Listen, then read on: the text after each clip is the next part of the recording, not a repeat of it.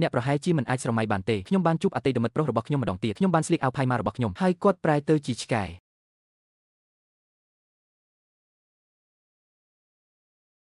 នេះជាអ្វីដែលកើតឡើងនៅពេលអ្នកខកខានមិនបង់ថ្លៃជួលអូយពួកគេពិតជាខកខានណាស់ដែលហ៊ានទាត់ខ្ញុំចេញអីមិនមែនយូអេនីវ៉ាន់ទេតើមានអ្វីកើតឡើងបន្ទាប់ពីឆ្នាំទាំងអស់នេះខ្ញុំបានឃើញការបង្ហោះរបស់អ្នកនៅលើ Chehong Ship ពីមុននាងបានក្លាយជាស្ត្រីអ្នកមាននិងស្រស់ស្អាតភ្លាមបន្ទាប់ពីបែកបាក់ជាមួយខ្ញុំវាមើលទៅមិនដូចវាឥឡូវនេះទេហាន់កាំងគុំទៅណាឆ្ងាយអីហើមតើមនុស្សម្នាក់នេះមិនស្គាល់ខ្ញុំទេខ្ញុំបានបង្ហោះរូបថតនៅក្នុងការជែកជាក្រុមនៅសាកលវិទ្យាល័យរបស់យើងចែករំលែកស្ថានភាពបច្ចុប្បន្នរបស់អ្នកជាមួយមនុស្សគ្រប់គ្នាខ្ញុំបានប្រាប់អ្នកកាលពីនៅរៀនថាអ្នកមិនមានផែនការសម្រាប់ជីវិតរបស់អ្នកទេអ្នកនឹងមិនស្ដាប់ទេអ្នកត្រូវបានម្ចាស់ផ្ទះបណ្តេញចេញមែនទេតើអ្នកឈួតមែនទេខ្ញុំបានប្រាប់អ្នក800ដងរួចហើយថាធ្វើជាមិត្តស្រីរបស់ខ្ញុំអ្នកគួរតែសប្បាយចិត្តដោយសម្ងាត់ដូច្នេះមនុស្សជាច្រើនកំពុងរងចាំហើយអ្វីបានជាអ្នកនៅតែញ៉ាំចង្កេះខ្ញុំកាន់តែក្រាស់នាពេលថ្មីនេះខ្ញុំកំពុងប្រាប់អ្នកថាការរិះគន់របស់ខ្ញុំគឺសម្រាប់ប្រយោជន៍ផ្ទាល់ខ្លួនរបស់អ្នកខ្ញុំខ្ជិលពេកក្នុងការនិយាយអំពីអ្នកដទៃដូច្នេះការបែកបាក់គ្នានៅឆ្នាំចុងក្រោយរបស់អ្នកគឺជាកំហុសរបស់អ្នកផ្ទាល់តាន់កាងខ្ញុំស្អប់អ្នក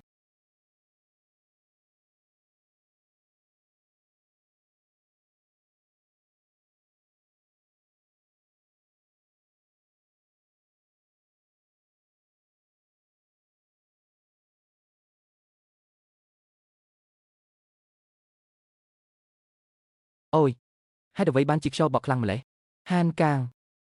តើអ្នកខ្លាយជាបែបនេះដោយរបៀបណាមានបញ្ហាអ្វីជាមួយខ្ញុំហាតើអ្នកចង់មានន័យយ៉ាងណា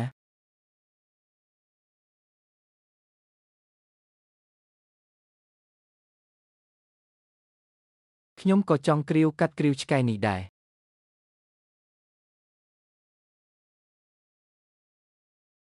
លោកវិជ្ជបណ្ឌិតសូមចាប់ផ្ដើមឲ្យបានលឿនកាត់អ្វីទាំងអស់ចេញបន្តិចបន្តួចកុំទុកអ្វីចោលឡើយខ្ញុំត្រូវរៀបចំថ្នាំសណ្ដំចាំខ្ញុំឲ្យគិលានុបដ្ឋាយិកាជួយអ្នកសង្កត់គាត់ខ្ញុំអាចធ្វើវាដោយខ្លួនឯងបាន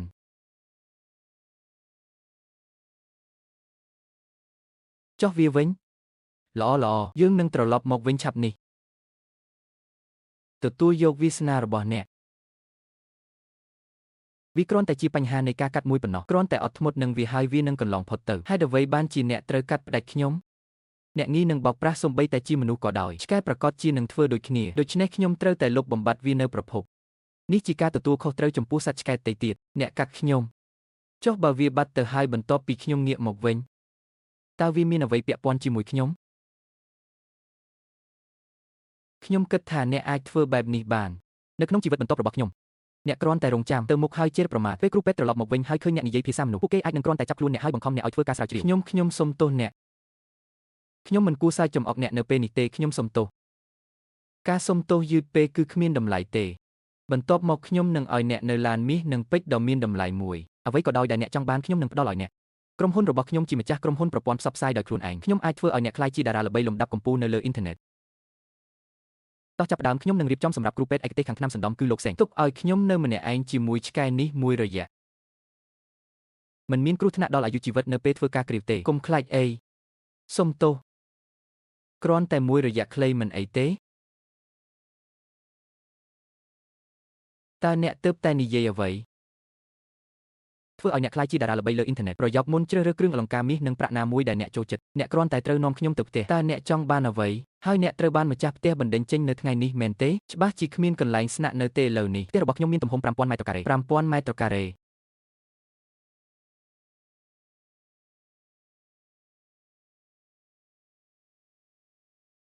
ក្មេងប្រុសល្អ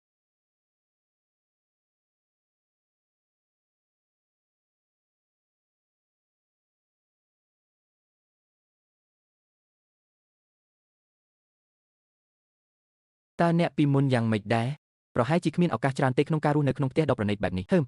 បើដូច្នោះខ្ញុំចាក់ចេញហើយសូមស្វាគមន៍យានដ៏ស្រស់ស្អាតទិដ្ឋភាពដ៏រុងរឿងមួយ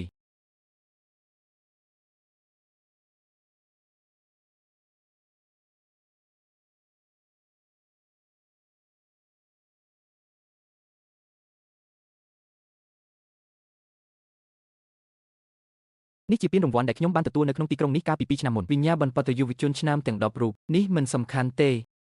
វាជាមេដាយសម្រាប់ជើងឯកនៃការប្រណាំងទូកក្ដោងនេះជាមូលហេតុដែលខ្ញុំចង់យកឈ្នះលើភ្នំភ្លាមខ្ញុំបានឡើងភ្នំម៉ាសារ៉ូហើយទទួលបានមេដាយរំលឹកមួយនេះសម្រាប់អ្នកមើល ប្រសិនបើអ្នកទាំងអស់គ្នាបានខ្លាចជាឆ្កែពូជ Golden Retrievers ហើយចូលជប់ពូតអាំងទៅកុំមានមុខគួរឲ្យស្រឡាញ់បែបនេះអីនិយាយរឿងខ្លាញ់បែបនេះ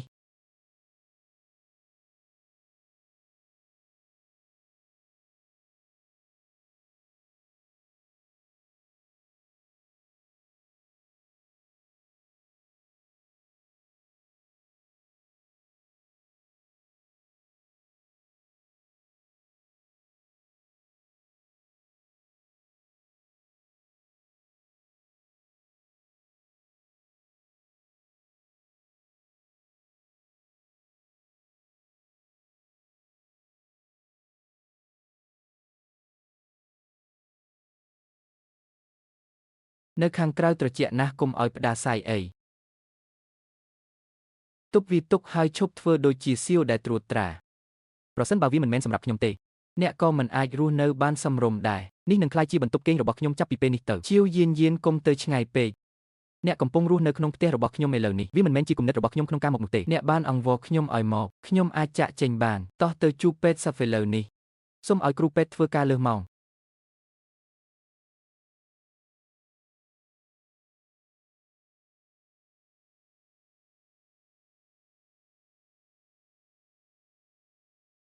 អស្ចារ្យមែនវាបង្ហាញថាឆ្កែអាចមើលឃើញយ៉ាងច្បាស់នៅពេលយប់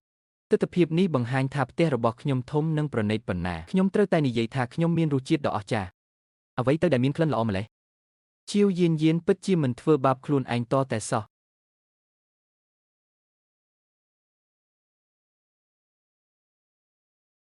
អូទេជើងខ្ញុំខ្លីពេកមិនអាចឈោងដល់បានស្ត្រីនោះបានញ៉ាំអាហារឆ្អែតហើយក៏ចូលគេងពួកគេមិនព្រមឲ្យខ្ញុំញ៉ាំអាហារផងហេពួកគេមិនអនុញ្ញាតឲ្យខ្ញុំងូតទឹកទេពួកគេថែមទាំងហ៊ានចូលមកកាន់កាប់បន្ទប់គេងរបស់ខ្ញុំទៀតផងតារាសម្ដែងជាវអ្នកបានឆ្លងកាត់បន្ទាត់នៃសេចក្តីថ្លៃថ្នូររបស់ខ្ញុំហើយកុំបន្ទោសខ្ញុំថាគ្មានមេត្តា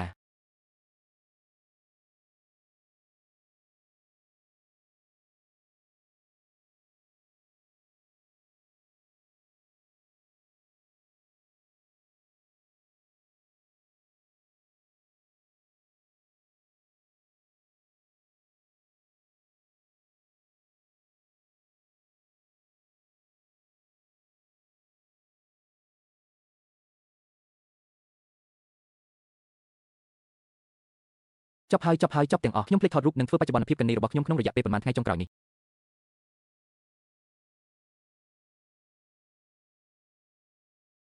អូខ្ញុំភ្លេចទូរស័ព្ទជាវយានអ្នកបានធ្វើរឿងនេះដោយចិត្តណាមែនទេអូដូច្នេះអ្នកបាននៅទីនេះអ្នកចង់ធ្វើបាបខ្ញុំមែនទេមិនមែនតតែសោះខ្ញុំឃ្លានខ្លាំងណាស់រហូតដល់ភ្លេចភ្លាំងខុសបន្ទប់ហើយមែនទេភាពវៃឆ្លាតដ៏ឆ្កងមួយខ្ញុំគិតថាអ្នកចង់ត្រឡប់ទៅជួបពេទ្យសាកម្ដងទៀតកុំប្រញាប់ប្រញាល់ពេកតើអ្នកមិនគ្រាន់តែព្រួយបារម្ភអំពីការមិនមានសម្ភារៈគ្រប់គ្រាន់ដើម្បីធ្វើបច្ចុប្បន្នភាពទេអូខ្ញុំមានវិធីមួយអូយវីដេអូនេះគ្រប់គ្រាន់សម្រាប់វគ្គជាច្រើនដែលខ្ញុំបានថតហើយតើអ្នកអាចប្រញាប់ឡើងបានទេប្រសិនបើអ្នកបានថតរូបខ្ញុំរួចហើយរឿងដែលទើបតែកាត់ឡើងពួកគេបានព្យាយាមសម្លាប់ខ្ញុំអាចទុកវាចោលបាន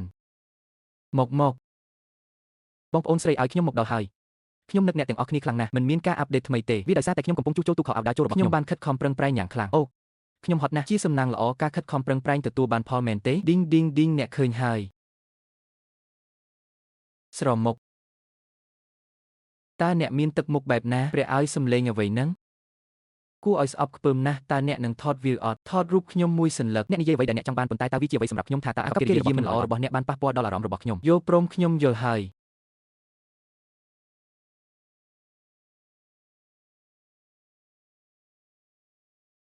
សូមឲ្យខ្ញុំបង្ហាញអ្នកពីអ្វីដែលជាវិជ្ជាជីវៈ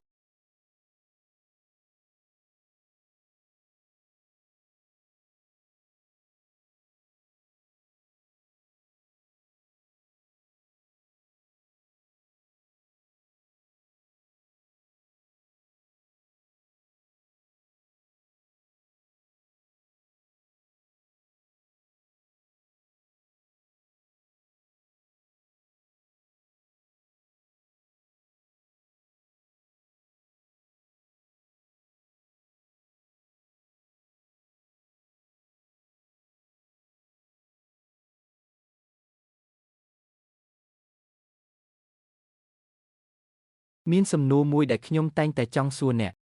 ហេតុអ្វីបានជាអ្នកទូចចង់បែកពីខ្ញុំនៅពេលនោះគុំនិយាយពីអ្វីដែលបានកើតឡើងពីមុនអីមែនទេខ្ញុំមានការងឿងឆ្ងល់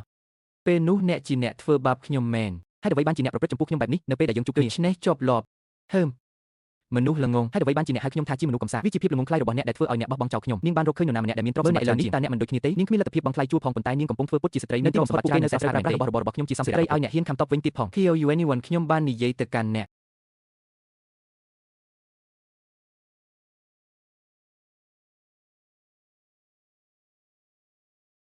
តើពួកគេថប់បារម្ភប៉ុណ្ណាខ្ញុំត្រូវគ្រាវនៅពេលយប់ជ្រៅថប់បារម្ភខ្លាំងណាស់អ្នកបានធ្វើការយ៉ាងលំបាកខ្ញុំនឹងបង់ថ្លៃវះកាត់ទ្វេដងតើអ្នកពិតជាបានគិតវារួចហើយឬនៅអង្គុយអង្គុយ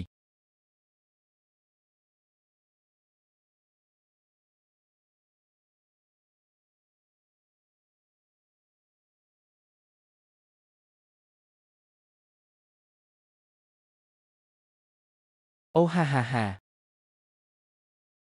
តាមវិធីនេះយើងនឹងមិនត្រូវការថ្នាំសណ្ដំទេមែនទេចាត់វិធានការប្រយ័ត្នកុំឲ្យគាត់រត់គេចខ្លួន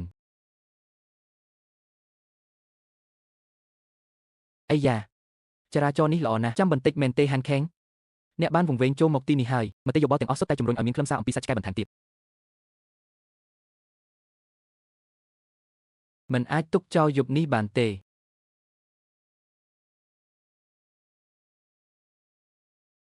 ខ្ញុំបានសម្រេចចិត្តហើយការផ្លាស់ប្ដូរទៅជាអ្នកសរសេរភ្លុកសត្វចិញ្ចឹម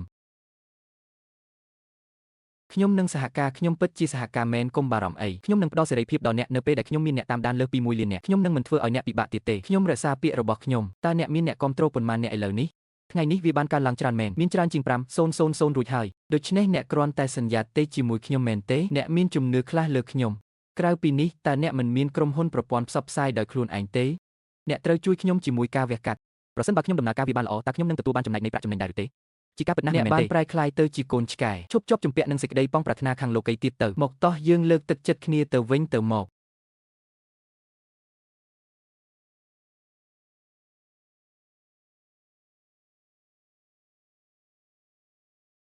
តើម៉ាស៊ីនរួចរាល់ហើយឬនៅតើសំឡេងរបស់អ្នករួចរាល់ហើយឬនៅ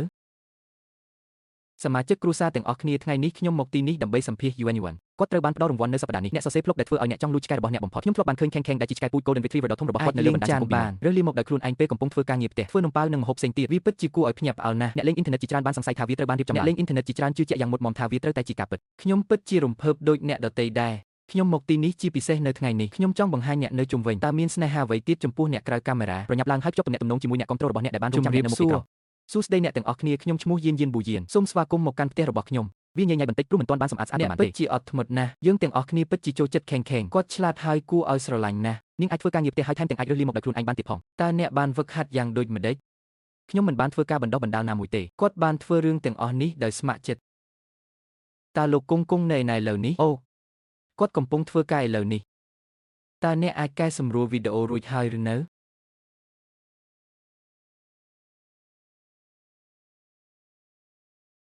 មើលទៅដូចជាឆ្កែដែលធ្វើការហួសម៉ោង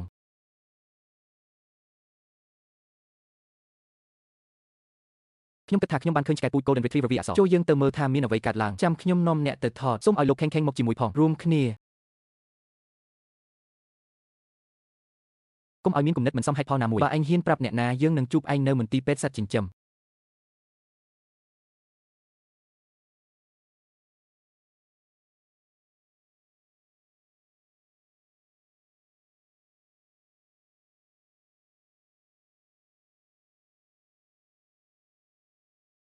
មិនអីទេ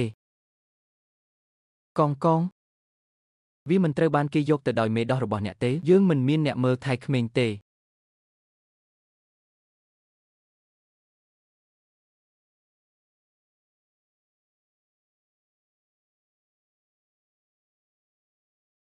តើខ្ញុំអាចរកវាឃើញនៅណាដោយវិធីនេះអាវដែលខ្ញុំបានទិញឲ្យហានខេងពីមុនមានមុខងារតាមដាន GPS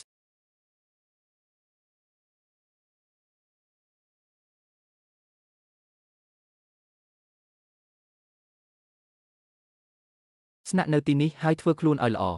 កុំរត់ខ្ញុំនឹងទៅរៀបចំរត់ចេញមួយផ្លេត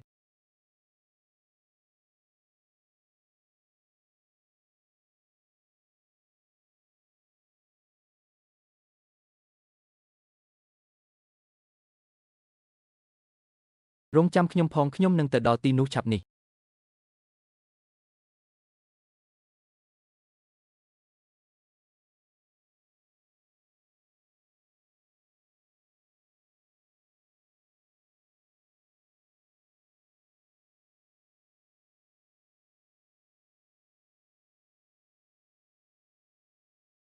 ជើងដែលស្លាប់របស់ខ្ញុំហៀបនឹងទាត់ហានកាំងអ្នកគួរតែឈប់សិន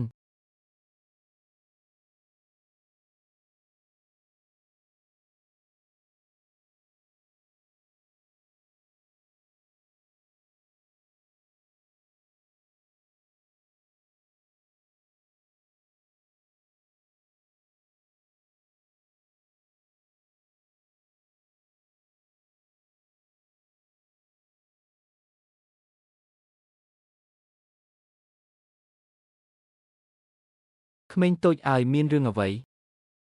តើអ្នកឃ្លានទេតើអ្នកមិនចូលចិត្តសាច់គោអាំងបំផុតទេមើលថាតើខ្ញុំបានទិញប៉ុន្មានរងចាំបន្តិចទៀតចិត្តរួចរាល់ហើយ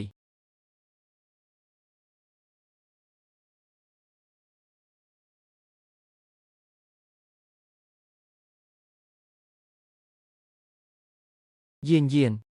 ជួយខ្ញុំផងរក្សាសំឡេងរបស់អ្នកឲ្យទាបខ្ញុំកំពុងព្យាយាមរកវិធីតូចមួយអាហារពេលល្ងាចរួចរាល់ហើយយានតើអ្នកកំពុងធ្វើអ្វី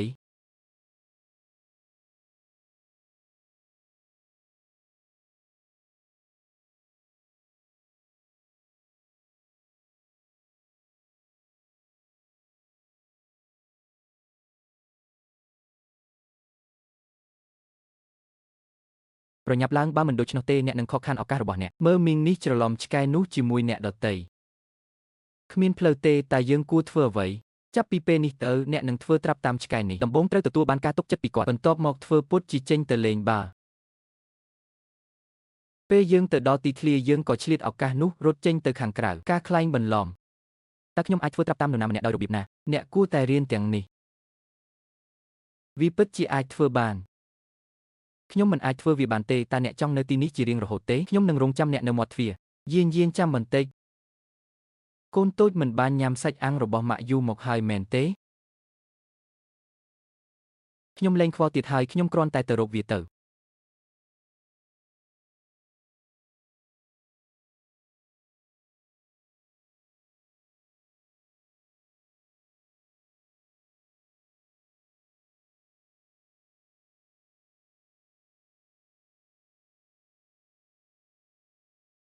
តូច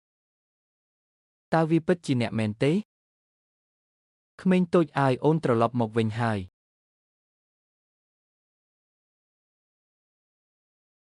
តូចអ្នកមិនដឹងថាម្ដាយរបស់អ្នកនឹកអ្នកប៉ុណ្ណាក្នុងរយៈពេលជាច្រើនឆ្នាំមកនេះទេតើអ្នកចង់ញ៉ាំអ្វីទៀតម៉ាក់នឹងធ្វើវាឲ្យឯងមិនអីទេ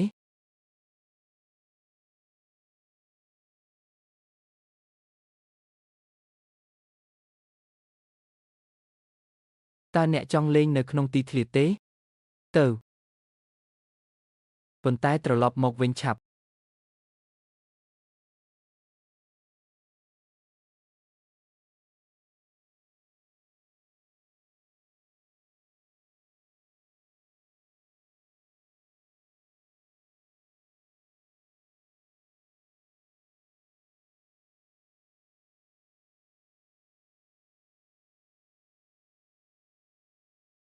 មីងឲ្យសុំទោសខ្ញុំមិនមែនជាឆាវទេមូលហេតុដែលខ្ញុំអាចនិយាយបានវាដោយសារតែខ្ញុំមានព្រលឹងមនុស្សនៅក្នុងខ្លួនខ្ញុំអាចទីបានយ៉ាងស្មានថាហេតុអ្វីបានជាឆាវស្លាប់ភ្លាមអ្នកមិនអាចទទួលយកការវាយប្រហារនេះបានទេប៉ុន្តែការចាក់ចេញគឺការចាក់ចេញគ្មានឆ្កែណាអាចជំនួស Leather បានឡើយរឿងតែមួយគត់ដែលខ្ញុំអាចធ្វើបានឥឡូវនេះវាគ្រាន់តែដើម្បីឲ្យអ្នកនិងឆាវអាចសប្បាយចិត្តជាមួយគ្នានិយាយលាគ្នាជាលើកចុងក្រោយប្រសិនបើឆាវនៅស្ថានសួគ៌ខ្ញុំពិតជាមិនចង់ឃើញអ្នកសោកសៅបែបនេះទេលះបង់ខ្លួនឯង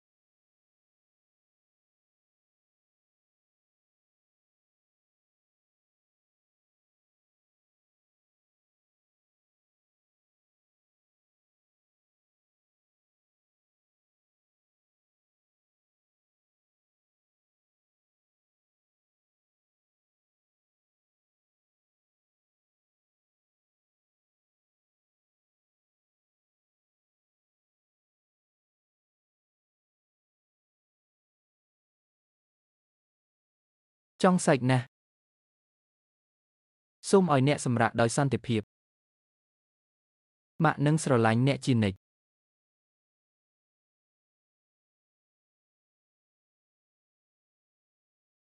តាមពិតទៅខ្ញុំបានកត់សម្គាល់ឃើញរួចហើយអ្នកមិនតូចទេយើងគ្រាន់តែមើលទៅដូចគ្នា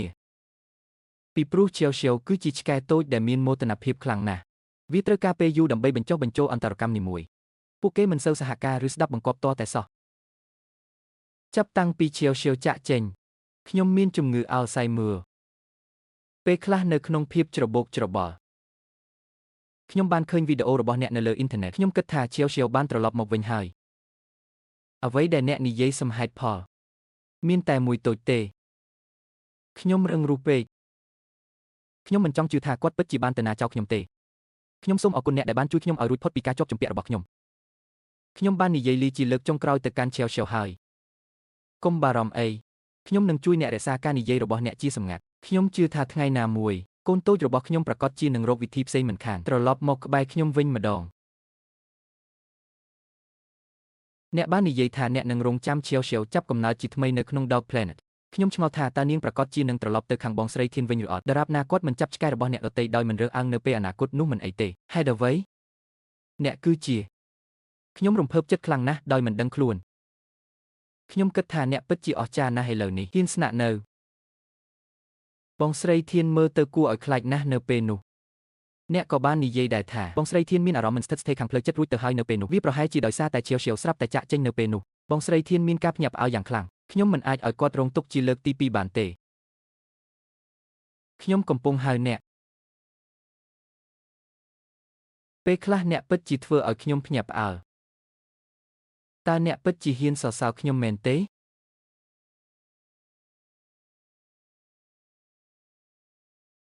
សូមអភ័យទោសអ្នកត្រូវបានគេកំណត់គោលដៅពីព្រោះអ្នកបានសហការជាមួយខ្ញុំក្នុងការថតវីដេអូប៉ុន្តែអ្នកមិនដែលបោះបង់ចោលខ្ញុំនៅក្នុងគ្រាដ៏សំខាន់នោះទេពួកគេថែមទាំងបានមកជួយសង្គ្រោះខ្ញុំទាន់ពេលវេលាទៀតផងវាធ្វើឲ្យខ្ញុំមើលទៅល្ងងខ្លៅដែលត្រូវចាប់ពង្រត់កុំនិយាយវាម្ដងទៀតអ្នកគួរតែងាកក្បាលរបស់អ្នកមកវិញឲ្យបានលឿនត្រូវប្រយ័ត្នក្នុងការកាន់វា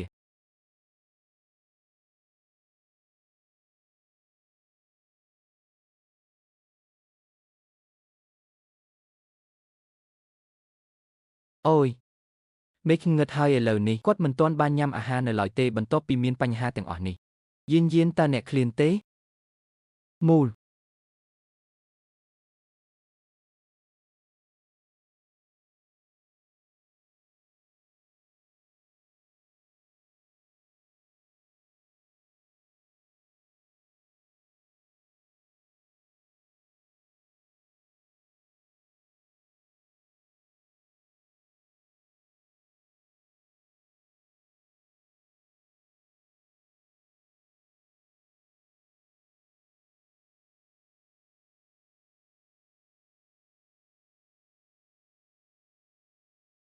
អាហឺអា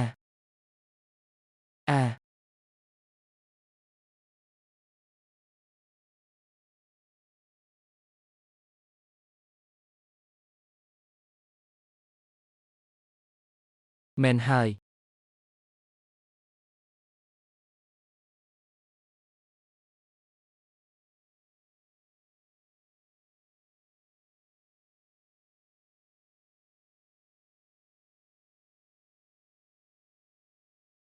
អ្នកពិតជាមិនចាំបាច់ប្រញាប់ប្រញាល់បែបនេះទេខ្ញុំមិនបានបណ្ដេញអ្នកចេញទេយើងត្រូវចាក់ចេញឆាប់ឬយឺតខ្ញុំនឹងចេញទៅរកផ្ទះរងចាំមួយផ្លេតទីបំផុតខ្ញុំក៏ងាកមកវិញតើខ្ញុំអាចនិយាយអ្វីបាន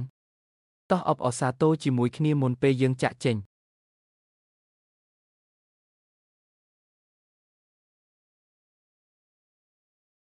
នេះជាជីវិតដែលមនុស្សម្នាក់គួរតែរស់នៅហា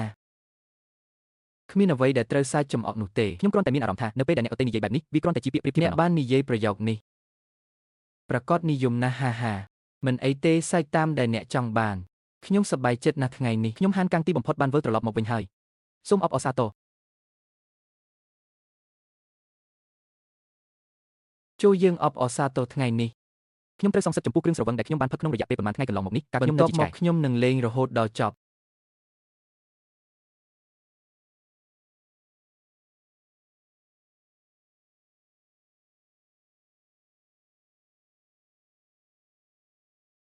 តើអ្នកចង់និយាយអ្វីខ្ញុំពិតជាចង់ដឹងណាស់ហេតុអ្វីបានជាអ្នកបែកពីខ្ញុំតាំងពីដំបូងមិនថាខ្ញុំសួរអ្នកយ៉ាងណាទេអ្នកក៏មិនប្រាប់ខ្ញុំដែរខ្ញុំមិនយល់ទាល់តែសោះតើខ្ញុំខ្វះអ្វីខ្លះបើធៀបនឹងឆាវែន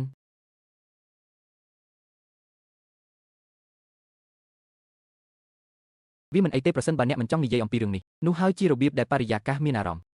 អ្វីបានផ្លាស់ប្ដូរតើអ្នកមិនអាចផ្ដល់ចម្លើយច្បាស់លាស់ដល់ខ្ញុំបានទេ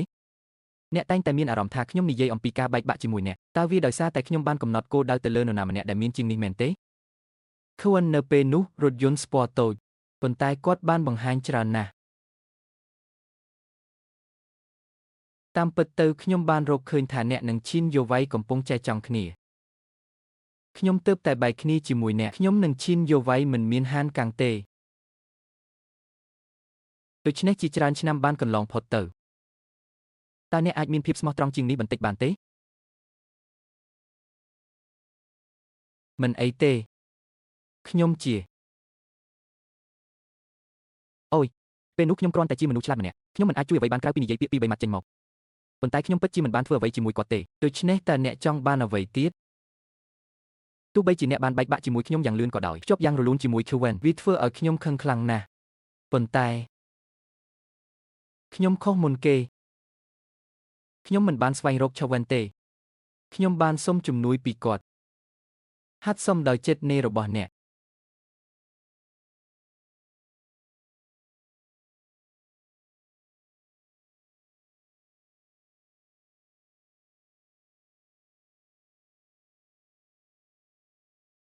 នោះ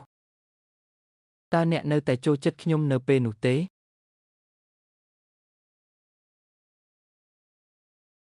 អេដខ្មាស់អៀនខ្ញុំចូលចិត្តមនុស្សល្ងងខ្ញុំគ្មានបេះដូងមិនអីទេមិនអីទេវាជាកំហុសរបស់ខ្ញុំទាំងអស់យល់ព្រមទេ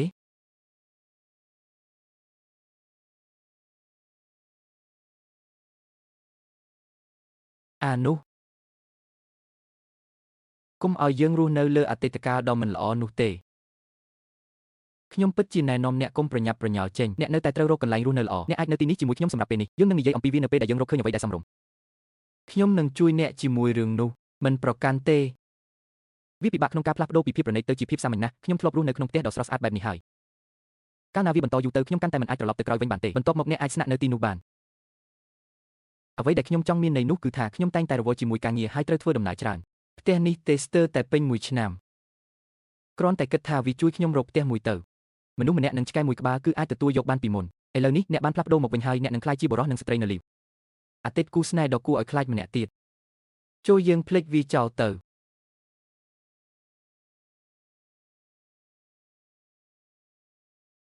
វានឹងងឹតឆាប់នេះប្រសិនបើយើងមិនចាក់ចេញ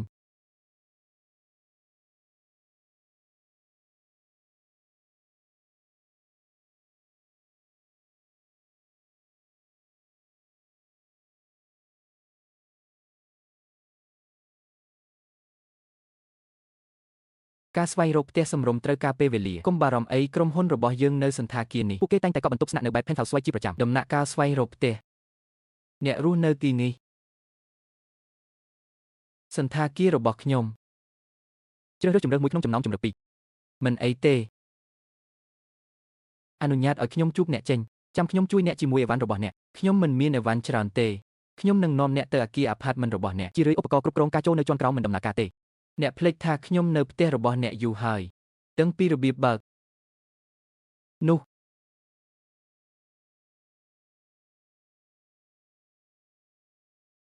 លេហើយ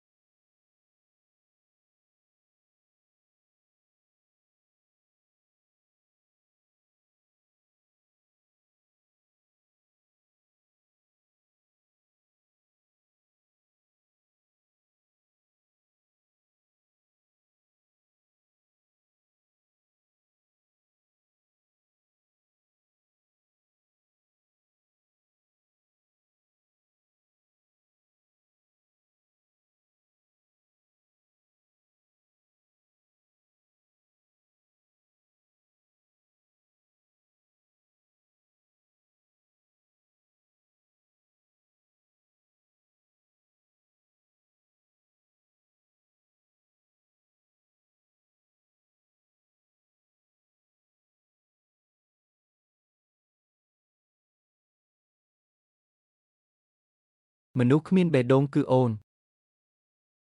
តើអ្នកចង់ធ្វើអ្វីទៀត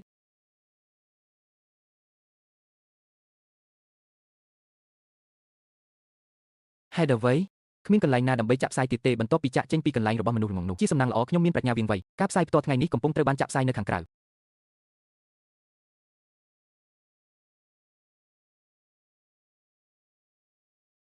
មានអ្វីកើតឡើង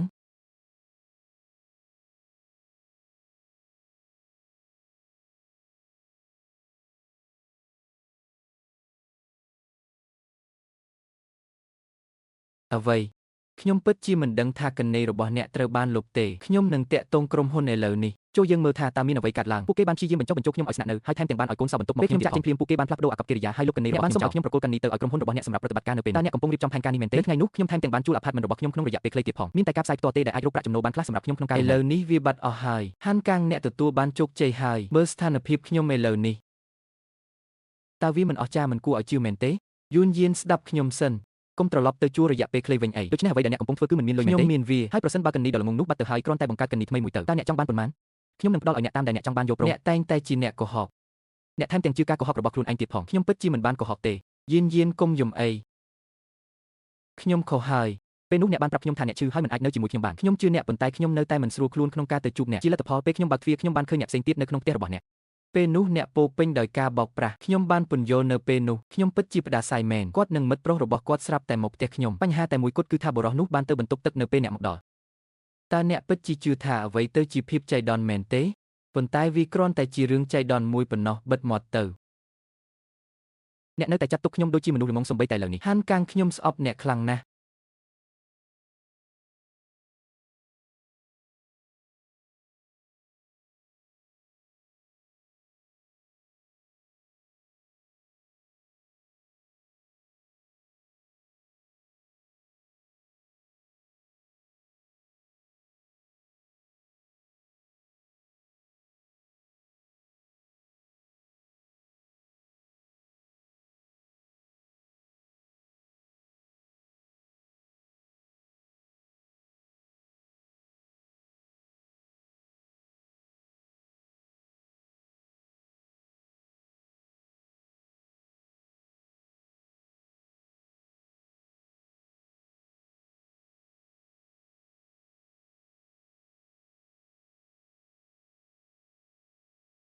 អ្នកពិតជាស្ងប់ស្ងាត់ណាស់មែនទេ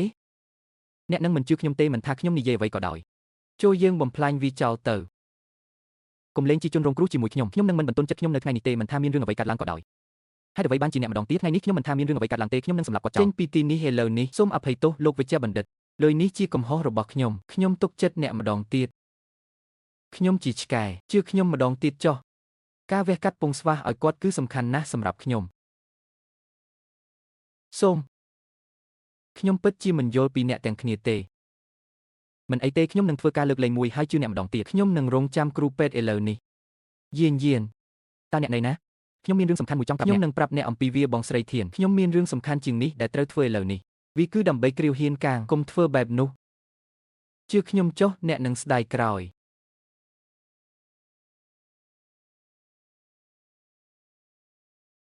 អ្នកត្រូវតែសម្លាប់មេរោគឲ្យគាត់លែងខ្ញុំទៅខ្ញុំសុំទោស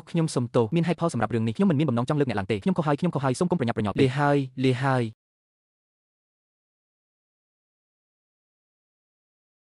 យានខ្ញុំបានរកឃើញហើយថាហេតុអ្វីបានជាហ៊ានកាងប្រែក្លាយទៅជាឆ្កែមនុស្សជាច្រើននៅលើអ៊ីនធឺណិតធ្លាប់មានបទពិសោធន៍ស្រដៀងគ្នាអ្នកត្រូវរកសួនសត្វពីមុន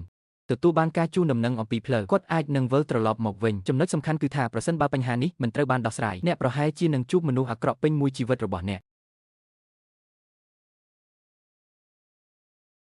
ចាប់តាំងពីវាអូនស្រីរបស់ខ្ញុំបានរកឃើញវិធីមួយសម្រាប់ពួកយើងដើម្បីវិលត្រឡប់មកវិញរួចហើយបើមិនដូច្នោះទេសូមសាកល្បងវារកមើលសួនសត្វនោះ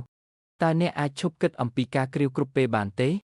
ខ្ញុំអាចរកវិធីជួយអ្នកឲ្យផ្លាស់ប្ដូរមកវិញបានប៉ុន្តែកិច្ចសន្យាត្រូវតែចុះហត្ថលេខាជាមុនសិនច្បាប់ពីរយ៉ាងគ្មានបញ្ហាទេខ្ញុំនឹងទទួលយកលក្ខខណ្ឌណាមួយPiki ជាយូនីវ៉ាន់កណបបើ Hand Kang ដោយសារ Piki ផ្ដល់ឲ្យ Piki ស្វែងរកតម្រុយអំពីសួនសត្វពីមុននិងសេវាកម្មពិសេសដើម្បីជួយក្នុងការធ្វើដំណើរទៅទីនោះដើម្បីជួយ Piki ក៏ធ្វើសម្រេចគោលដៅរបស់ខ្លួនក្នុងការស្ដាររូបរាងមនុស្សឡើងវិញ Piki ផ្ដល់រូបភាពដោយស្ម័គ្រចិត្ត Piki ផ្ដល់សេវាកម្មផ្ទាល់ខ្លួននិងផ្ដាច់មុខជាធ្នូ រួមបញ្ចូលប៉ុន្តែមិនកំណត់ចំពោះខ្ញុំត្រូវតែអង្គុយក្បែរក្រែរបស់អ្នកហើយដាស់អ្នករាល់ព្រឹកការហៅទូរស័ព្ទគួរតែខ្លាំងហើយមានរយៈពេលយ៉ាងហោចណាស់1នាទីប្រសិនបើអ្នកខ្ជិលឬគ្រាន់តែធ្វើតាមទម្លាប់ចូលនាំនាងទៅគ្រាវអំឡុងពេលផ្សាយផ្ទាល់អ្នកត្រូវសហការនិងបំពេញការណែនាំទាំងអស់រួមបញ្ចូលប៉ុន្តែមិនកំណត់ចំពោះសំឡេងនាងទេនាងបានថតរូបដោយដាក់ក្រញាំរបស់នាងបង្កើតជារាងបេះដូងព្រមទាំងកាន់ក្រែមលាបមាត់របស់ខ្ញុំនៅក្នុងប្រសិនបើពួកគេមិនសហការទេចូលយកពួកគេទៅសម្លាប់មេរោគ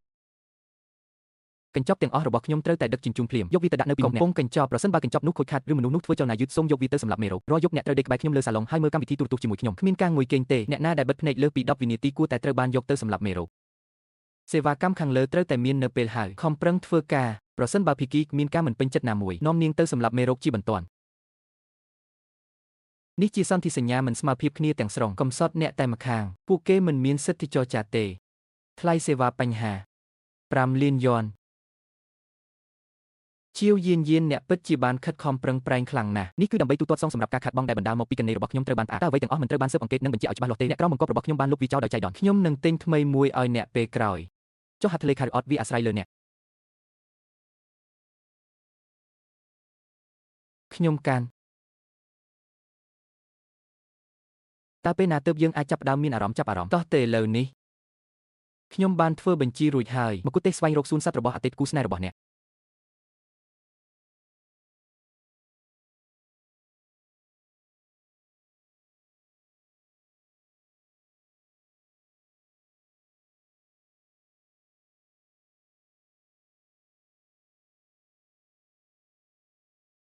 ការបន្ថែមស្លឹកក្រូចឆ្មាក៏ផ្ដល់ឲ្យវានូវរសជាតិហឹរបន្តិចដែរខ្សែអក្សរនេះមាន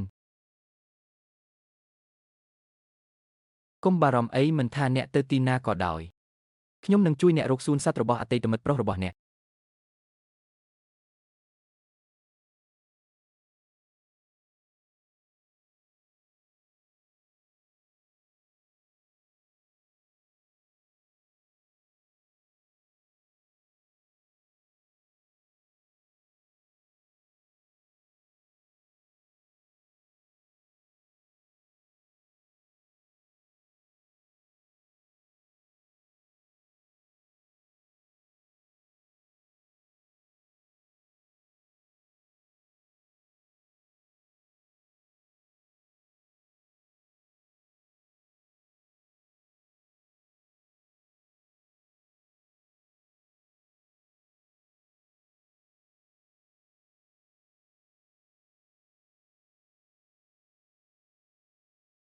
នេះជាសួនសត្វពីមុនអូសូមអភ័យទោសអ្នកបានចុចលេខខុសវាជាការហៅទូរស័ព្ទឥតបានការអ្នកមិនដឹងទេថាឆ្កែមានត្រចៀកដែលងាយប្រតិកម្មខ្លាំងជាវយានតើអ្នកសប្បាយគ្រប់គ្រាន់ហើយឬនៅតើអ្នកស្គាល់ឆ្កែដែលរស់នៅបានយូរបំផុតនៅលើពិភពលោកទេគាត់រស់នៅបានត្រឹមតែ31ឆ្នាំប៉ុណ្ណោះជីវិតរបស់ខ្ញុំកំពុងរាប់ថយក្រោយទន្ទឹមនឹងនេះដែរអ្នកកំពុងញ៉ាំផឹកនិងរីករាយដោយអបអរសាទរការរាប់ថយក្រោយរបស់ខ្ញុំជាវយានអ្នកគ្មានបេះដូងទេមើលនេះជាអ្វី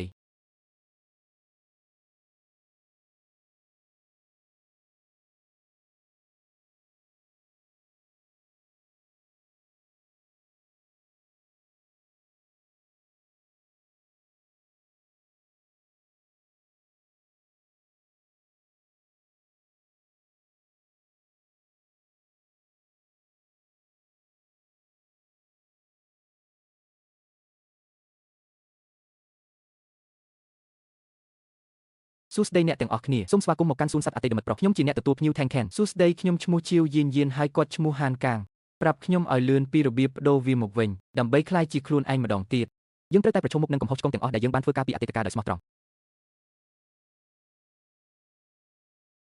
ដូច្នេះតើមានអ្វីបន្ទាប់សូមឲ្យខ្ញុំបង្ហាញអ្នកនៅជុំវិញតំបន់នីមួយជាមុនសិនស្វែងរកមួយណាដែលស័ក្តិសមនឹងអ្នក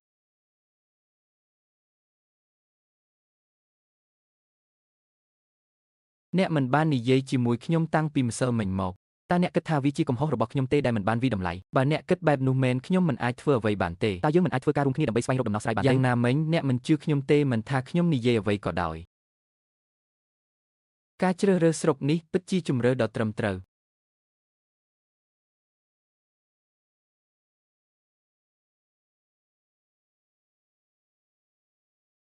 ទៅសួរគេថានៅទីនេះត្រូវចំណាយលុយឬអត់តើអាហារនិងកន្លែងស្នាក់នៅឥតគិតថ្លៃទេ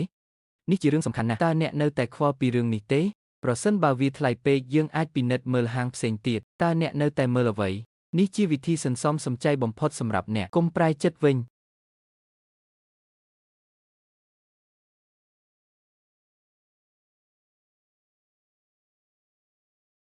ខ្ញុំស្ទើរតែប្រឡងជាប់ការវិតម្លៃហើយខ្ញុំនឹកម៉ាក់ខ្ញុំខ្លាំងណាស់ពេលខ្ញុំនៅទីនេះមិនមែនគ្រាន់តែជាការវិតម្លៃម្សិលមិញទេអ្នកបរាជ័យព្រោះអ្នកមិនស្ដាប់ការណែនាំរបស់ខ្ញុំតតែសោះម៉ាក់ខ្ញុំនិយាយថាខ្ញុំមិនគួរស្ដាប់អ្វីគ្រប់យ៉ាងដែលអ្នកដទៃនិយាយនោះទេមកដល់ពេលនេះអ្នកនៅតែមិនយល់ទេហេតុអ្វីបានជាអ្នកប្រែក្លាយទៅជាឆ្កែកុំបារម្ភអីខ្ញុំនឹងល្អចំពោះអ្នកជានិច្ចខ្ញុំពិតជានឹងទិញផ្ទះធំមួយឲ្យអ្នកនៅថ្ងៃណាមួយតើអ្នកចូលចិត្តឲ្យអ្នកមានស្លាប់ទេខ្ញុំចូលចិត្តវាខ្លាំងណាស់ខ្ញុំសន្យានឹងអ្នកថាខ្ញុំនឹងរងចាំរហូតដល់ខ្ញុំប្រែក្លាយខ្លួនជាមនុស្សមិនខ្ជិះខ្ជីលុយលើសម្លៀកបំពាក់ទៀតទេយល់ព្រមខ្ញុំយល់ហើយអ្នកគួរតែគិតអំពីរបៀបដែលអ្នកនឹងដោះស្រាយការវិតម្លៃនៅថ្ងៃស្អែក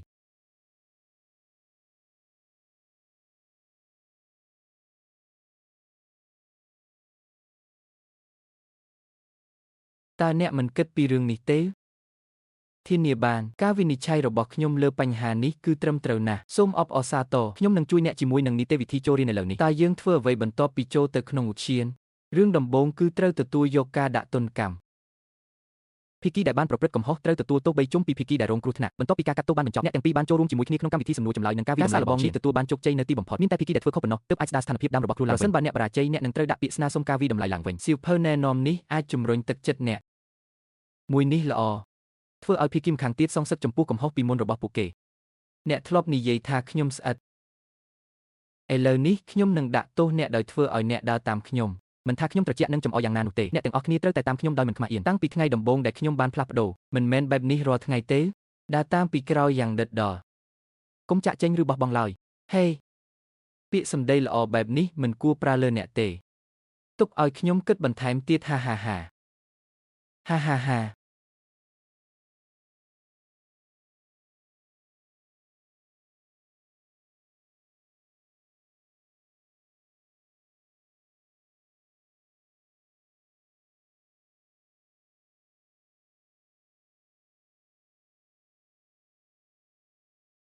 ខ្ញុំដឹងខ្ញុំចង់ឲ្យអ្នកធ្វើដូចពួកគេដែរធ្វើឲ្យខ្ញុំសប្បាយចិត្តព្រះជាម្ចាស់ឲ្យខ្ញុំមិនទាន់ធ្វើឲ្យអ្នកសប្បាយចិត្តគ្រប់គ្រាន់ទេក្នុងទំហំតូចជាងនេះវាមានន័យថាត្រូវដាស់មនុស្សឲ្យភ្ញាក់ពីព្រលឹមដើម្បីចម្អិនអាហារនិងដើម្បីនិយាយឲ្យកាន់តែទូលំទូលាយការដើរទិញអីវ៉ាន់នៅផ្សារកោះទទួលទាននៅជុំវិញពិភពលោកខ្ញុំបានបង់ប្រាក់សម្រាប់របស់ទាំងអស់ដោយមិនព្រិចភ្នែកនិយាយឲ្យចំទៅខ្ញុំបានគិតអំពីវាម្ដងទៀតហើយវាជាការដាក់ទណ្ឌកម្មតិចតួចណាស់ពាក្យបញ្ជាតូច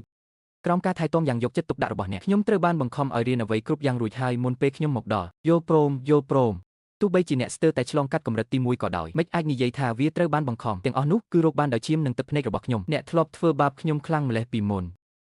អ្នកមិនដឹងការពិតទេបើមិនដូច្នោះទេហេតុអ្វីបានជាអ្នកចិត្តល្អដល់ថ្នាក់អនុញ្ញាតឲ្យខ្ញុំទៅ Kill you anyone ខ្ញុំកំពុងប្រាប់អ្នកថាអ្នកគឺជាមនុស្សដ៏កាចសាហាវបំផុតមើលក្មេងស្រីដទៃទៀតនៅជុំវិញអ្នកពួកគេទាំងអស់សុទ្ធតែមានចិត្តល្អនិងសុភាពរាបសារគ្មាននរណាម្នាក់ធ្លាប់បានខិតខំបំផ្លាញខ្ញុំដូចអ្នកទេតើអ្នកនឹងយំទេវាមិនមែនជារឿងមិនសមហេតុផលទេសម្រាប់ខ្ញុំក្នុងការបញ្ចេញអារម្មណ៍បន្តិចបន្តួចមែនទេខ្ញុំបានរងទុក្ខវេទនាច្រើនណាស់មុនពេលខ្ញុំទៅសាកលវិទ្យាល័យគ្រាន់តែនិយាយថារូបរាងរបស់ខ្ញុំមិនល្អដូចក្មេងស្រីនេះទេបុគ្គលិកលក្ខណៈរបស់ខ្ញុំមិនសុភាពដូចក្មេងស្រីនោះទេអ្នកបានក្លាយជាសត្វដូចឆ្កែហើយតើអ្នកនៅតែប្រៀបធៀបខ្ញុំទៅនឹងអ្នកដទៃមែនទេតើអ្វីដែលផ្ដល់ឲ្យអ្នកនៅសិទ្ធអ្នកមិនអាចសម្លាប់មេរោគឲ្យខ្ញុំនៅទីនេះបានទេច្បាប់ការពារសត្វមាននៅទីនេះខ្ញុំមិនបានគ្រោងនឹងឲ្យអ្នកគ្រាវទេខ្ញុំបានគិតអំពីការដាក់ទណ្ឌកម្មលើកទី2ខ្ញុំចង់នាំអ្នកទៅបទពិសោធន៍ការប្រឡងការងារជាក្រុមដ៏លំបាកបំផុតនៅក្នុងឧទ្យានការធ្វើតេស្តបរាជ័យឆ្កែនោះទទួលយកផលវិបាកទាំងអស់មាត់ខ្ញុំគាត់បានធ្វើឲ្យខ្លួនឯងជួបបញ្ហាម្ដងទៀត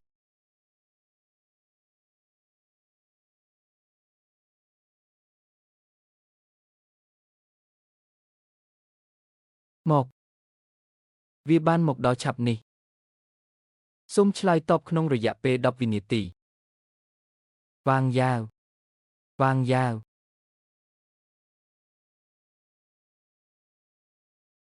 ខ្ញុំជ្រើសរើសខ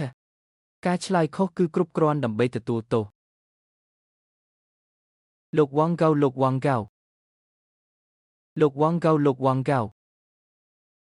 សួស្ដី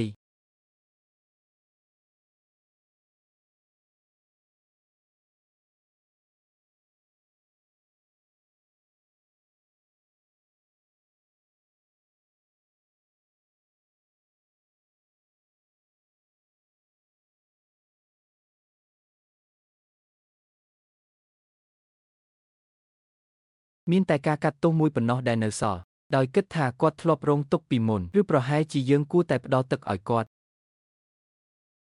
តាមពិតទៅខ្ញុំមិនដែលនិយាយវាទេខ្ញុំជាអ្នកដែលបានប្រែក្លាយ Hank Kheng ទៅជាឆ្កែ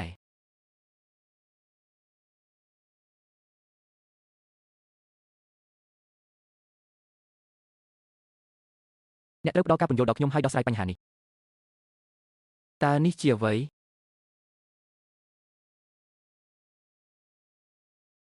ហានកាងនេះជាមូលដ្ឋានទិន្នន័យពិន្ទុនៃសួនសត្វពីមុនតាមពិតទៅមនុស្សគ្រប់រូបមានចំណុចអារម្មណ៍ផ្ទាល់ខ្លួនដើមឡើយហេនកាងជាប់គាំងនៅអាយុ60ឆ្នាំប៉ុន្តែអាកប្បកិរិយាហួសហេតុរបស់គាត់នៅថ្ងៃនោះពិន្ទុធ្លាក់ចុះដល់កម្រិតធ្លាក់ចុះនោះហើយជាមូលហេតុដែលគាត់ប្រែក្លាយទៅជាឆ្កែនៅនឹងកន្លែងនោះហើយជាមូលហេតុពិតប្រាកដដែលសួនសត្វពីមុនមានបញ្ហាត្រូវបានរកឃើញការដោះស្រាយបញ្ហាខ្ញុំសង្ឃឹមថាអ្នកអាចចាក់ចេញដោយពេញចិត្តនៅទីបញ្ចប់សូមរីករាយជាមួយពេលវេលាសួនសត្វរបស់អ្នកមានតែតាមរយៈការដោះស្រាយអ្វីដែលមិនទាន់បានដោះស្រាយពីមុនមកទេទើបយើងអាចឈានទៅមុខបានខ្ញុំគិតថាខ្ញុំដឹងពីទោសចុងក្រោយហើយលើកនេះខ្ញុំពិតជាបានគិតវាចប់ហើយវាមិនបានផ្លាស់ប្ដូរទេខ្ញុំបានគិតវារួចរាល់ហើយការកាត់ទោសទី3គឺសាមញ្ញណាស់អ្នកគួរតែសុំទោសចំពោះអ្វីដែលបានកើតឡើងនៅពេលនោះតើហេតុការណ៍អ្វីនៅពេលនោះមុនថ្ងៃកំណើតរបស់ខ្ញុំក្នុងឆ្នាំចុងក្រោយនៃមហាវិទ្យាល័យថ្ងៃដែលអ្នកនិយាយថាអ្នកនឹងរៀបចំអំណោយអាថ៌កំបាំងមួយសម្រាប់ខ្ញុំមិនចាំទេហើយពីអ្វីដែលអ្នកកំពុងនិយាយខ្ញុំបានធ្វើការងារដ៏អស្ចារ្យមួយនៅពេលនោះហានកាំងអ្នកពិតជាធ្វើជ្រុលពេកហើយតើខ្ញុំបានធ្វើអ្វីខុសខ្ញុំពិតជាមិនចាំទេតើអ្នកអាចប្រាប់ខ្ញុំបានទេយប់នោះខ្ញុំនឹងទៅរកអ្នកនៅទីលានបាល់បោះខ្ញុំទើបតែនិយាយដោយធម្មតាថាបុរសកំពុងជិះស្គីក្ដារសង្ហាណាស់គាត់កំពុងរៀនមែនទេខ្ញុំមកថាឈៀវយេនីវ៉ាន់ជាមិត្តស្រីរបស់អ្នកមែនទេមានអ្វីខុសតើអ្នកមិនតែងតែណាត់ជួបជាមួយនារីស្រស់ស្អាតនៅសាលាពីមុនមកទេយ៉ាងណាក៏ដោយខ្ញុំគ្រាន់តែសម្រាប់ពេលវេលាប៉ុណ្ណោះដូច្នេះខ្ញុំគួរតែចេញក្រៅលេងសប្បាយខ្លះទៅរូបរាងរបស់គាត់ពិតជាមធ្យមបន្តិចអូយើងលែងនិយាយអំពីគាត់ទៀតហើយខ្ញុំគិតថាការជិះស្គីលើទឹកក៏ពិតជាសប្បាយណាស់តើមានចលនាត្រជាក់ជាងនេះទេតើលោកគ្រូអាចបង្រៀនខ្ញុំពីបន្ថែមទៀតបានទេដូច្នេះមូលហេតុពិតដែលខ្ញុំបែកគ្នាជាមួយអ្នកវាមិនមែនថាអ្នកមានភាពមិនស្ថិតស្ថេរនោះទេខ្ញុំអាចទទួលយកបានថាអ្នកចូលចិត្តនារីផ្សេងវាហេតុផលផ្សេងទៀតយើងអាចចែកផ្លូវគ្នាដោយសន្តិវិធីអាចលីពាក្យទាំងនោះចេញពីត្រចៀកមិត្តប្រុសខ្ញុំផ្ទាល់វាពិតជាឈឺចាប់ណាស់ពេលនោះខ្ញុំគ្រាន់តែនិយាយមិនសមហេតុផលអួតអាងនៅចំពោះមុខបងប្អូនរបស់អ្នកខ្ញុំមិនដឹងថាមានអ្វីកើតឡើងបន្ទាប់ពីអ្នកបានរឿងនោះទេខ្ញុំចាប់ផ្ដើមមានការថប់បារម្ភយ៉ាងខ្លាំងអំពីរូបរាងរួមទាំងពេលនេះខ្ញុំមិនអាចទ្រាំទ្រនឹងរូបថតដែលមិនត្រូវបានកែសម្រួលបានទេមិនអាចទទួលយកបានទេថាខ្ញុំមិនល្អឥតខ្ចោះនៅលើបណ្ដាញសង្គមខ្ញុំដឹងថារឿងនេះខុសគ្មាននរណាម្នាក់ល្អឥតខ្ចោះនោះទេប៉ុន្តែខ្ញុំមិនអាចជួយវាបានទេខ្ញុំពិតជាមិនមានបំណងដូច្នោះទេដូច្នេះហើយវាជាការមិនចេតនាវាលែងសំខាន់ទៀតហើយ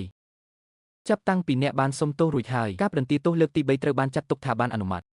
ខ្ញុំនឹងធ្វើតេស្តវិតម្លៃសំណួរនិងចម្លើយនៅថ្ងៃស្អែកពេលរឿងនេះចប់ហើយយើងម្នាក់អាចត្រឡប់ទៅរកខ្លួនឯងវិញបានជីវិត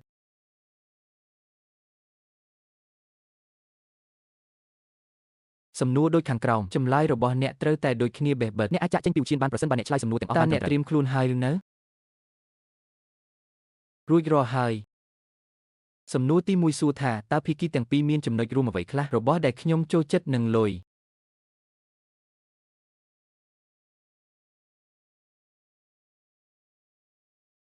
សំណួរមួយត្រឹមត្រូវសូមស្ដាប់សំណួរទី2សូមរៀបរាប់អាយុរបស់មនុស្សទាំងពីរនាក់នៅពេលដែលពួកគេបានជួបគ្នាលើកដំបូងនិស្សិតឆ្នាំទី1អាយុ18ឆ្នាំឆ្នាំទី1មានអាយុ18ឆ្នាំយើងដូចគ្នា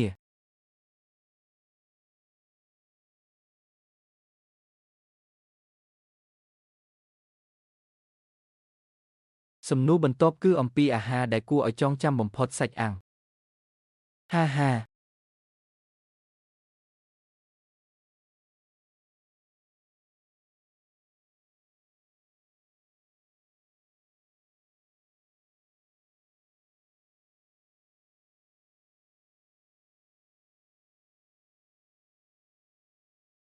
បាច់ចុងក្រោយតើពួកគេទាំងពីរបានអត់ទោសឲ្យគ្នាទៅវិញទៅមកទេបាទចាស់ទេ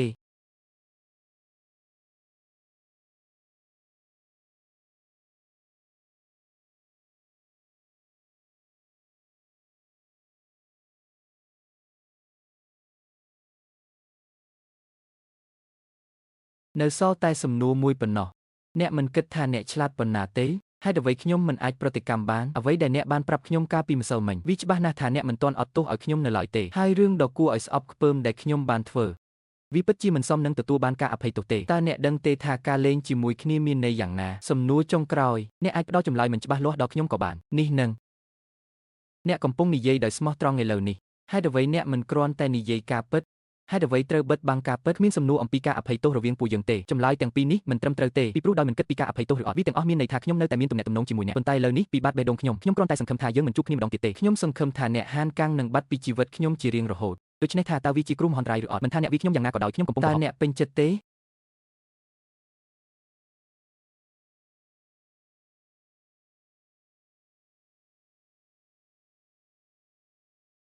បើអ្នកពិបាកម្លេះអត់អន់ឲ្យខ្ញុំផងអ្នកគួរតែចាកចេញដោយសារយើងជាដៃគូកុំយកវាធ្ងន់ធ្ងរពេកតើអ្នកបានគិតវាចប់ហើយឬនៅខ្ញុំចាកចេញហើយខ្ញុំមិនត្រឡប់មកវិញទេមិនអីទេខ្ញុំបានគិតវារួចរាល់ហើយលាហើយ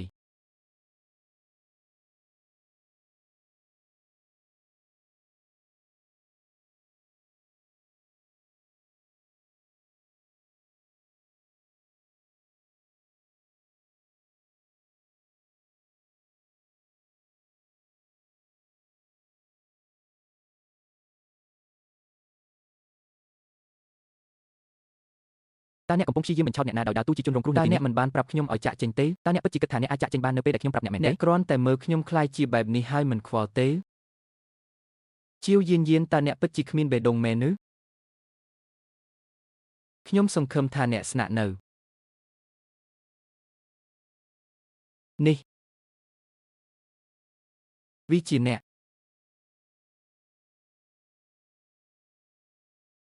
បាត់ចាស់សដូច្នេះនេះគឺជាទិន្នន័យពិន្ទុរបស់អតីតមិត្តស្រីរបស់អ្នកពីមុននាងធ្លាប់មានអារម្មណ៍រំជួលចិត្តភ្នែកមិនសមរម្យវាប្រែទៅជាឈីហួរខ្ញុំបានជួយគាត់ហើយមានអារម្មណ៍ថាការធ្វើការនៅទីនេះគឺល្អដូច្នេះគាត់បានចាកចេញខ្ញុំបានស្នាក់នៅទោះយ៉ាងណាក៏ដោយខ្ញុំមិនត្រឹមតែជួយគាត់នៅពេលនោះទេវាក៏ជួយខ្លួនឯងដែរគាត់បានដោះស្រាយបញ្ហាយើងគ្មានទំនាក់ទំនងបន្ថែមទៀតទាំងស្រុងទេតើអ្នកបានទៅណាហេតុអ្វីបានជាអ្នកចំណាយពេលយូរម្ល៉េះខ្ញុំបានជែកជាមួយ Tenken អស់រយៈពេល 2-3 នាទីខ្ញុំបានរកឃើញវាហើយខ្ញុំនឹងស្នាក់នៅហើយជួយអ្នក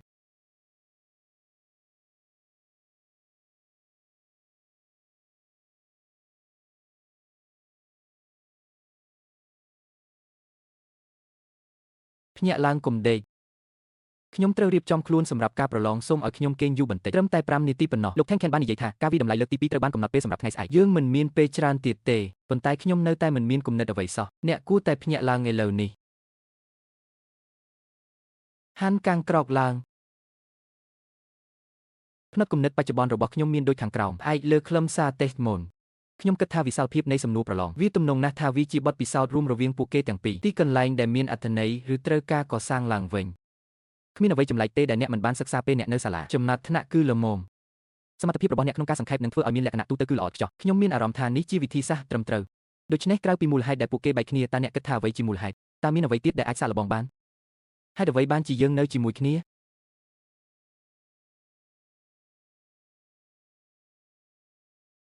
នេះជាលើកដំបូងដែលយើងបានជួបគ្នាជាផ្លូវការ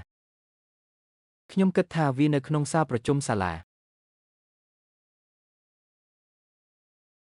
វាជាពិធីបើកនិងពិធីជប់លៀងស្វាគមន៍សម្រាប់សិស្សថ្មីកំពុងស្វែងរកដៃគូរួមរបស់គ្នាទៅវិញទៅមក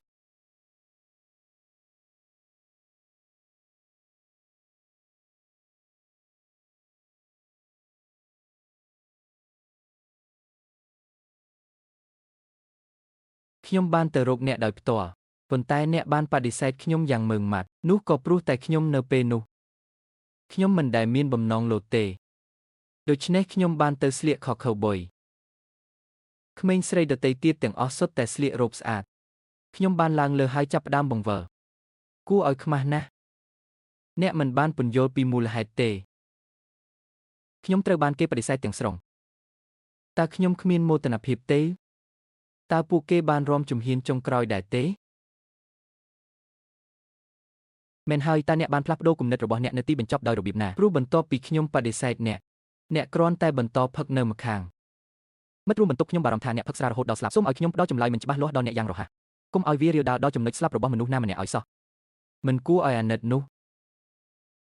ខ្ញុំបានក្លាយជាផ្នែកមួយនៃបាល់នោះមនុស្សតែម្នាក់គត់ដែលស្លៀកខោខូវប៊ុយប៉ុន្តែអ្នកស្អាតបំផុតនៅទីនោះ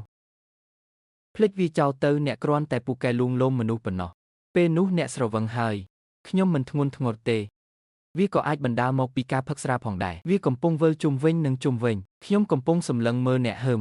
នោះគឺជាសម្លេងដ៏ពីរោះបំផុតក្នុងការចងចាំរបស់ខ្ញុំតន្ត្រីរបាំដ៏រីករាយបំផុត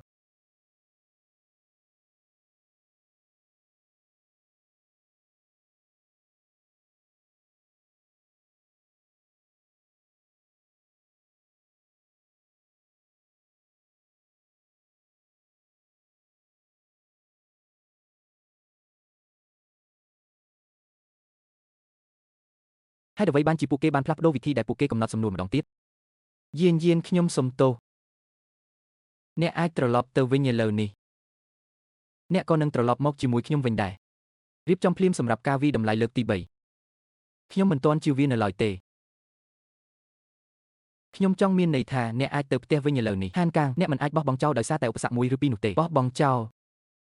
តើអ្នកចង់ខ្លាចជាឆ្កែពូជ Golden Retriever ពេញមួយជីវិតរបស់អ្នកខ្ញុំមិនបានរឹងរូសទេផ្ទុយទៅវិញវាគឺបន្ទាប់ពីពិចារណាយ៉ាងយកចិត្តទុកដាក់ខ្ញុំបានគិតវារួចហើយមុនពេលធ្វើតេស្តថាតើពេលវេលានេះកន្លងផុតទៅឬអត់ខ្ញុំនឹងមិនបន្តអូសទាញអ្នកទៀតទេបើអ្នកចាក់ចេញខ្ញុំនឹងនៅហើយយើងនឹងគិតអំពីរឿងផ្សេងទៀតតើអ្នកអាចធ្វើអ្វីបាននោះជាអាជីវកម្មផ្ទាល់ខ្លួនរបស់ខ្ញុំតើអ្នកពិតជាបានគិតអំពីរឿងនេះមែនទេខ្ញុំបានគិតវារួចរាល់ហើយខ្ញុំលែងត្រូវការអ្នកទៀតហើយ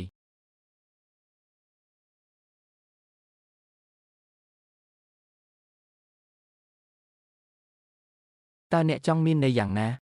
ខ្ញុំបានសន្យាថានឹងផ្ដល់ឲ្យអ្នកព្រឹកមិញនេះខ្ញុំមានអ្នកនៅកន្លែងធ្វើការផ្ទេរវាទៅអ្នក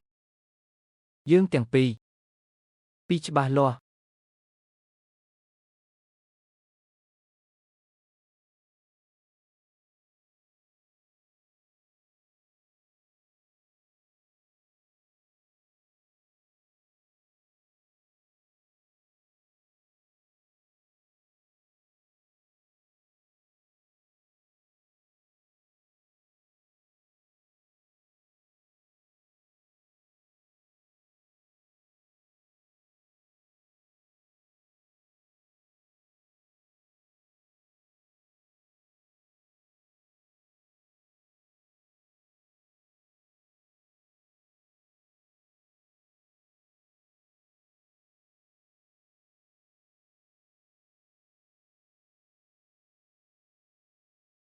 មូល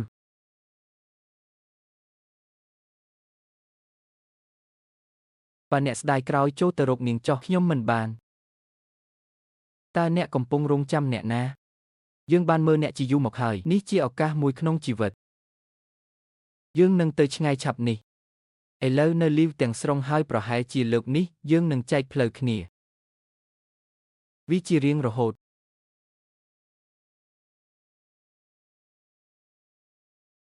គុំស្ទាក់ស្ទើរអីឡើងឡានក្រុងទៅបង្កើនល្បឿនសង្កត់ឲ្យជាប់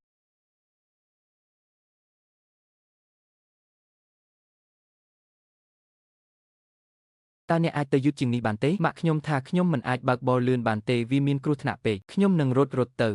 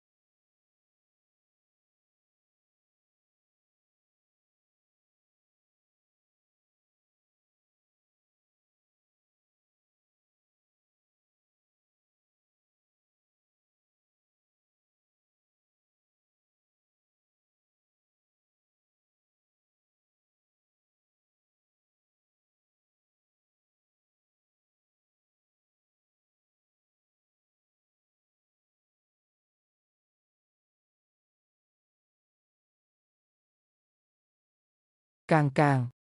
ខ្ញុំដឹងថាគាត់មើលទៅសាំវាពិតជាអ្នកខ្ញុំបានជួយអ្នកលើកនេះអ្នកត្រូវតែផ្ដល់បទសម្ភាសន៍ផ្ដាច់មុខដល់ខ្ញុំលើកទី1ហើយដែលឃើញឆ្កែចេះនិយាយខ្ញុំរំភើបណាស់បត់ឆ្វេងហើយបង្កើនល្បឿនដើរតាមតាក់ស៊ីនោះអ្នកអាចធានាបានអំពីជំនាញបើកបររបស់ខ្ញុំភ្លេចសាកថ្មមុនពេលខ្ញុំចាក់ចេញពីផ្ទះសូមអភ័យទោសភ្លេចវាចោលទៅខ្ញុំមិនគួរបន្តវាតាំងពីដំបូងឡើយខ្ញុំមានអារម្មណ៍ថាដូចជាមាននរណាម្នាក់កំពុងហៅខ្ញុំ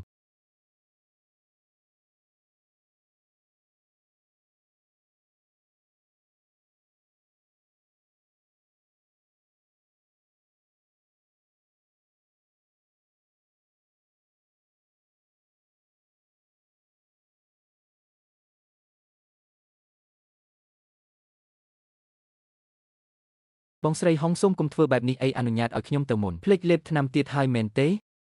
ខ្ញុំសុខសប្បាយទេបើមិនមែនសម្រាប់ជាប្រយោជន៍របស់ជាវទេខ្ញុំមិនខ្វល់ពីរឿងរបស់អ្នកទេបងស្រីធានយានអ្នកទាំងពីរជេរគ្នាបានល្អតោះទៅកុំរំខានគេអីខ្ញុំមិនទាន់បានឃើញគ្រប់គ្រាន់នៅឡើយទេ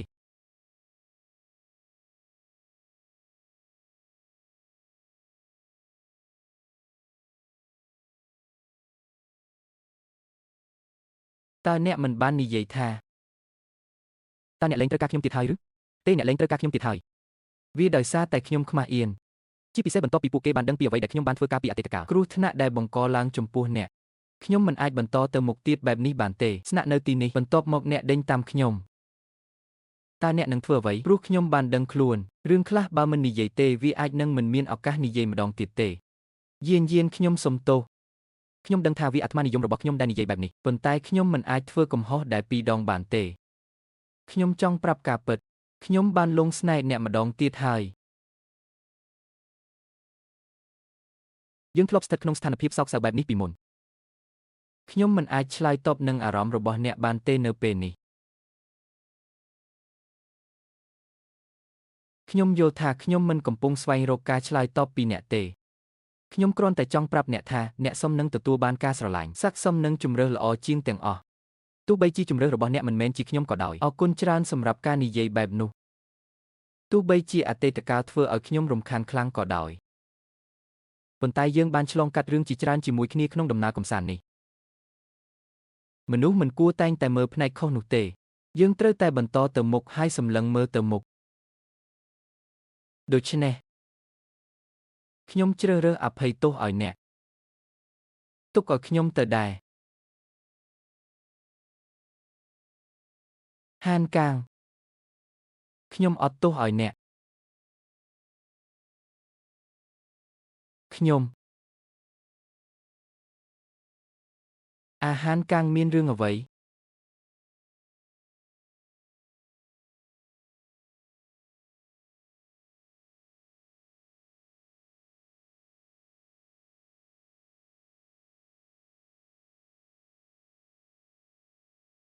មកតើខ្ញុំបានងាកមកវិញហើយឬនៅហានកាងឯងជាមនុស្សអាក្រក់មនុស្សល្ងងឥតខ្មាស់អៀនអើយអ្នកស្ទើរតែដើរអាក្រាតកាយនៅតាមផ្លូវហើយខ្ញុំនឹងតាមរកអ្នកខ្ញុំមិនមានពេលគិតអំពីវាទេខ្ញុំមិនដឹងថាខ្ញុំនឹងក្លាយជាស្រស់ស្អាតទេជុំពីខ្ញុំអូយខ្ញុំខុសហើយអូយកុំវាយខ្ញុំអី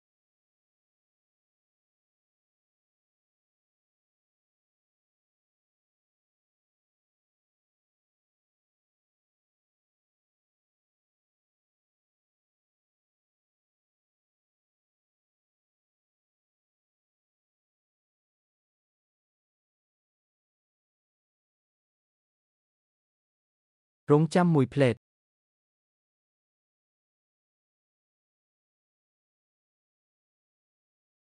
យានអ្នកត្រូវគិតរឿងនេះឲ្យច្បាស់កុំយល់ព្រមតាមសំណើរបស់គាត់ដោយងាយពេក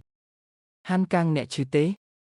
នេះគឺជាតាំងច័ន្ទបានផ្ញើផ្លាកសញ្ញារំលឹកមួយមកខ្ញុំពីសួនសត្វរបស់អតីតមិត្តប្រុសខ្ញុំក៏បានរៀបចំមួយសម្រាប់អ្នកដែរខ្ញុំមិនត្រូវការទេបន្ទាប់មកខ្ញុំនឹងផ្ញើវាទៅអ្នកយានខ្ញុំចេញទៅហើយជួបគ្នាពេលក្រោយ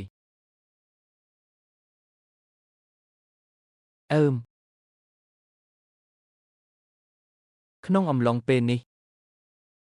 នោះល្អហើយអ្នកមិនចាំបាច់និយាយអ្វីទេខ្ញុំកំពុងចាក់ចេញ តាមពិតទៅខ្ញុំពិតជាបានមកដើម្បីផ្ដល់អំណោយដល់អ្នកអ្នកមិនបាននិយាយមុនទេនៅឯពិធីរាំស្វាគមន៍នៅឆ្នាំនោះក្មេងស្រីដទៃទៀតទាំងអស់សុទ្ធតែស្លៀករ៉ូបស្អាតអ្នកស្លៀកខោខូវប៊ុយដូច្នេះខ្ញុំចង់ផ្ដល់ឲ្យអ្នកនៅរបស់នេះមួយចាត់ទុកវាជាអំណោយដែលយឺតពេល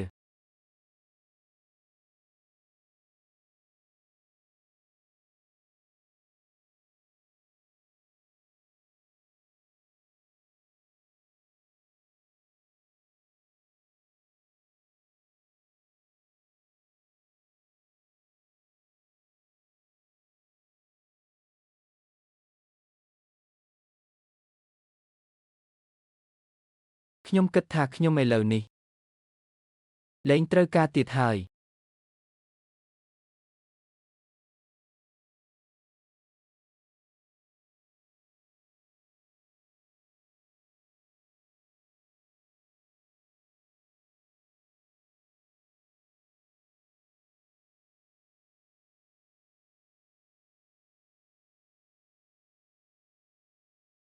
សូមឲ្យមនុស្សគ្រប់គ្នាអាចផ្សះផ្សាជាមួយអតីតកាលបានលះបង់ការគិតច្រើនហួសហេតុបន្ទាប់មកពួកគេបានបន្តដំណើរផ្សងព្រេងដ៏អស្ចារ្យបន្ទាប់នៃស្នេហារបស់ពួកគេក្នុងករណីអាក្រក់បំផុតមកសួនសត្វរបស់អតីតសង្សារខ្ញុំទេតើមានអ្នកណាម្នាក់ក្នុងគ្រួសារយោទេខ្ញុំបានឆ្លងកាត់រឿងជាច្រើនខ្ញុំអាចធ្វើការងារផ្ទះជិះស្គីតបេតនិងកាត់វីដេអូបានឆ្កែពូជ Golden Retrievers ដែលក៏ដេញតាមស្នេហានេះពិតជាមានតម្លៃសូមឲ្យអ្នកតែងតែមានចម្ងល់តែងតែស្រឡាញ់ជីវិតជាការរំលឹកដល់ម្ចាស់សត្វចិញ្ចឹមទាំងអស់សត្វចិញ្ចឹមត្រូវការការថែទាំឲ្យបានល្អទំនាក់ទំនងត្រូវការថែរក្សាដោយប្រុងប្រយ័ត្ន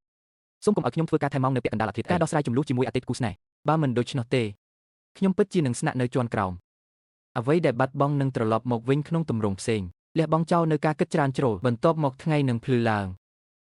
សូមឲ្យមនុស្សគ្រប់គ្នាត្រូវបានហ៊ុំព័ទ្ធដោយសេចក្តីស្រឡាញ់និងការរាប់អានអនុស្សាវរីយ៍អាចធ្វើឲ្យបេះដូងអ្នកកក់ក្ដៅមានសក្ដានុពលគ្មានដែនកំណត់ខ្ញុំមិនដឹងពីរបៀបថែរក្សាវាពីមុនទេឥឡូវនេះខ្ញុំយល់ហើយទីបំផុតចិត្តស្មោះត្រង់មានតម្លៃជាងអ្វីទាំងអស់ខ្ញុំសង្ឃឹមថាមនុស្សគ្រប់គ្នាអាចជួបនរណាម្នាក់ដែលមានឆន្ទៈក្នុងការបន្ទាបខ្លួនសម្រាប់អ្នកបើយើងមិនជួបគ្នាដូចពួកយើងដែររៀនទទួលស្គាល់កំហុសរបស់អ្នកជាមុនសិនស្វែងរកអតីតគូស្នេហ៍សួនសត្វនេះអាចធ្វើទៅបានដោយសារមានការចូលរួមពីមនុស្សគ្រប់គ្នាពេញមួយដំណើរកម្សាន្តនេះអរគុណសូមឲ្យមនុស្សគ្រប់គ្នាជួបប្រទះនឹងទំនាក់ទំនងដែលពួកគេមិនចាំបាច់ផ្គាប់ចិត្តអ្នកដទៃស្រឡាញ់និងស្អប់ខ្លាំងតែងតែជាតួឯកនៃរឿងរបស់អ្នកជានិច្ច